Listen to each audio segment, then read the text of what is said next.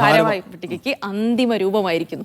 Jumbo പട്ടികയ്ക്കാണ് high command അനുമതി നൽകിയത്.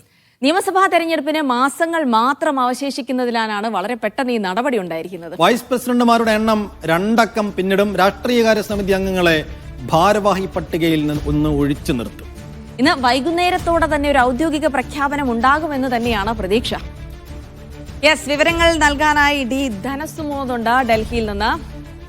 Dhanasumod, good morning. അങ്ങനെ KPCC ഭാരവാഹിക പട്ടിക അത് ജംബോ പട്ടികയ്ക്ക് തന്നെ അന്തിമ രൂപം കൊടുക്കുന്നു. കാരണം തെരഞ്ഞെടുപ്പൊക്കെ വരികയാണ്. ഇതിങ്ങനെ നാളെ നീളെ എന്ന് പറഞ്ഞ് നീട്ടിക്കൊണ്ടുപോയാൽ നടക്കില്ല എന്ന് ഹൈക്കമാൻഡിന് ബോധ്യമായതുകൊണ്ട് തന്നെ ആ പട്ടിക അംഗീകരിച്ചിരിക്കുന്നു. നേരത്തെ ജംബോ പട്ടിക അംഗീകരിക്കാൻ വിസമ്മതിച്ചതാണ് ഹൈക്കമാൻഡ്. പക്ഷേ കോൺഗ്രസിൽ നമുക്കറിയാം പലതരത്തിലുള്ള പ്രാതിനിധ്യങ്ങൾ, വടംവലികൾ, ഗ്രൂപ്പ് സമവാക്യങ്ങളൊക്കെ പരിഗണിച്ചുകൊണ്ടേ ആ പട്ടികയ്ക്ക് അന്തിമ രൂപം നൽകാൻ പറ്റുകയുള്ളൂ. അപ്പോൾ എല്ലാവരെയും തൃപ്തിപ്പെടുത്തുന്ന ഒരു പട്ടികയായിരിക്കുമോ സുമോദ് ഔദ്യോഗികമായി പ്രഖ്യാപിക്കുക? എന്തൊക്കെ വിവരങ്ങൾ ലഭിക്കുന്നു?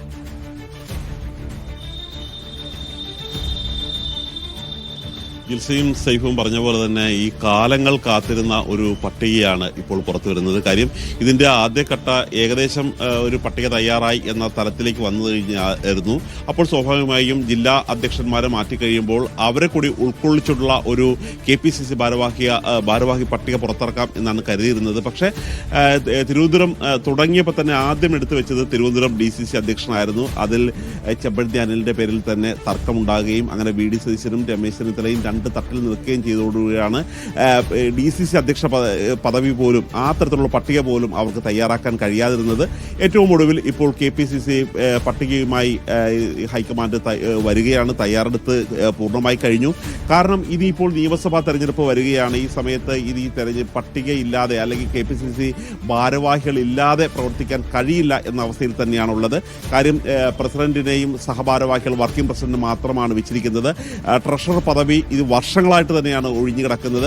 അങ്ങനെയുള്ള ഒരു സ്ഥിതിയിലാണ് ഇപ്പോൾ ഈ പട്ടിക ഏകദേശം തയ്യാറായിരിക്കുന്നത്. ഇന്ന് വൈകിട്ടോടുകൂടി പുറത്തിറക്കാമെന്നാണ് കരുതിയിരിക്കുന്നത്. ഹൈക്കമാൻഡിന്റെ ആദ്യ പരിഗണന ബീഹാർ തെരഞ്ഞെടുപ്പുമായി ബന്ധപ്പെട്ട പട്ടിക ഇറക്കുകയാണ്. അതിന്റെ പിന്നാലെ തന്നെ KPCC പട്ടിക പുറത്തിറക്കും എന്ന് തന്നെയാണ് അറിയിച്ചിരിക്കുന്നത്. നമ്മൾ പ്രതീക്ഷിച്ച പോലെ തന്നെ ഒരു ജംബോ പട്ടിക തന്നെയാണ് തയ്യാറാക്കുന്നത്. കാര്യം കൂടുതൽ നേതാക്കന്മാർക്ക് അവസരങ്ങൾ നൽകുകയും അത് എല്ലാ തരത്തിലുള്ള MLA-മാര്, MP-മാര് തുടങ്ങിയ നേതാക്കന്മാർ മാത്രമല്ല ഇത് പുതിയ പട്ടികയിൽ ഉണ്ടാകുന്നത്. മുതിർന്ന അംഗങ്ങളുണ്ടാകും, മുതിർന്ന കോൺഗ്രസ് നേതാക്കന്മാരുണ്ടാകും, ഇടത്തരക്കാർ അതായത് ഒരു മധ്യവയസ്സിലെത്തിയ ആളുകളുണ്ടാകും, ചെറുപ്പക്കാരുണ്ടാകും എന്നുള്ളൊരു കാര്യം തന്നെ ഇപ്പോൾ ഉറപ്പ് നൽകുന്നുണ്ട്. ചെറുപ്പക്കാരിൽ നമ്മൾ എടുത്തു പറയുകയാണെങ്കിൽ ഇപ്പോൾ ഹൈബി ഈഡൻ, മാത്യു കുഴൽനാടൻ തുടങ്ങിയ നേതാക്കന്മാർ ഈ പട്ടികയിൽ ഉണ്ടാകും എന്നുള്ളൊരു കാര്യം തന്നെയാണ് ഉറപ്പ് നൽകുന്നത്. ഇവരൊക്കെ ഒരു വൈസ് പ്രസിഡന്റ് എന്ന തലത്തിലേക്ക് തന്നെയാണ് പരിഗണിക്കുന്നത്. ഇതുകൂടാതെ നേരത്തെ MLA സ്ഥാനം നഷ്ടപ്പെട്ടു പോയ അവർ മത്സരിച്ച് പരാജയമടച്ച ആളുകളുണ്ട്. അവർക്ക് കൂടുതൽ സ്ഥാനങ്ങൾ നൽകേണ്ടതുണ്ട്. ഇപ്പോൾ അനിലക്കര തുടങ്ങിയ നേതാക്കന്മാരെ ജനറൽ സെക്രട്ടറിമാരായി നിയോഗിക്കുന്നുണ്ട്.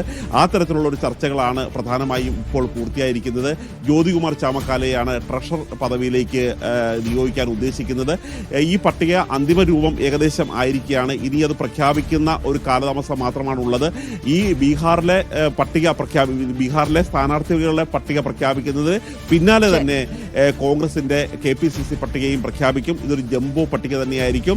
എല്ലാ സ്ഥലത്തുള്ള ഈ സമുദായ സന്തുലിത പാലിച്ചുകൊണ്ടുള്ള ഒരു പട്ടിക തന്നെയായിരിക്കും ഇന്ന് വൈകുന്നേരത്തോടെ ഹൈക്കമാൻഡ് പുറത്തിറക്കുക. ശരി ധനസുമോദ്, അങ്ങനെ തന്നെ പ്രതീക്ഷിക്കുകയാണ്. ഇനി പക്ഷേ കോൺഗ്രസിൽ ഒരു സംതൃപ്തി എന്ന് പറഞ്ഞിട്ട് അത് സാധ്യമാണോ എന്ന് എനിക്ക് സംശയമുണ്ട്. ജംബോ പട്ടിക വേണ്ട എന്നൊക്കെ നേരത്തെ AICC ഒരു തീരുമാനം എടുത്തിരുന്നു.